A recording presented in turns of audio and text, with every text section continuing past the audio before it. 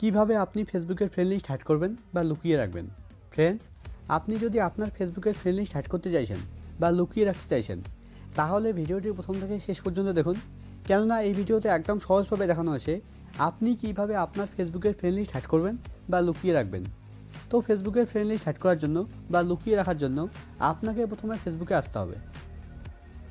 ফেসবুকে আসার পর একদম উপরে ডান দিকে দেখুন প্রোফাইল লোগো শো করছে, আপনাকে এই প্রোফাইল লোগোতে ক্লিক করতে হবে।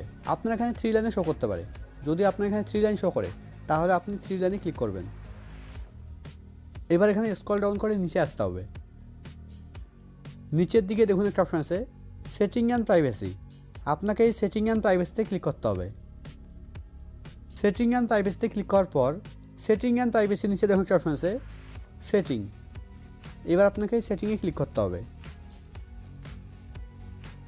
ফ্রেন্ডস, আপনি যদি সেটিংয়ে ক্লিক না করে এখানে একদম উপরে ডান দিকে সেটিং আইকনে ক্লিক করেন, তবুও কিন্তু সেম পেজ ওপেন হবে। দেখুন সেম পেজ ওপেন হয়েছে। এবার এখানে আপনাকে স্ক্রল ডাউন করে নিচে আসতে হবে। নিচের দিকে আপনাকে খুঁজতে হবে অডিয়েন্স অ্যান্ড ভিজিবিলিটি। নিচের দিকে দেখুন লেখা আছে অডিয়েন্স অ্যান্ড ভিজিবিলিটি, এর আন্ডারে দেখুন একটা অপশন আছে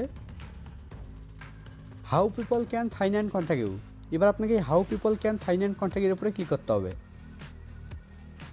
how people can find and contact এর উপরে ক্লিক করার পর এবার এখানে সেকেন্ড অপশনটা দেখুন লেখা আছে who can see your friend list.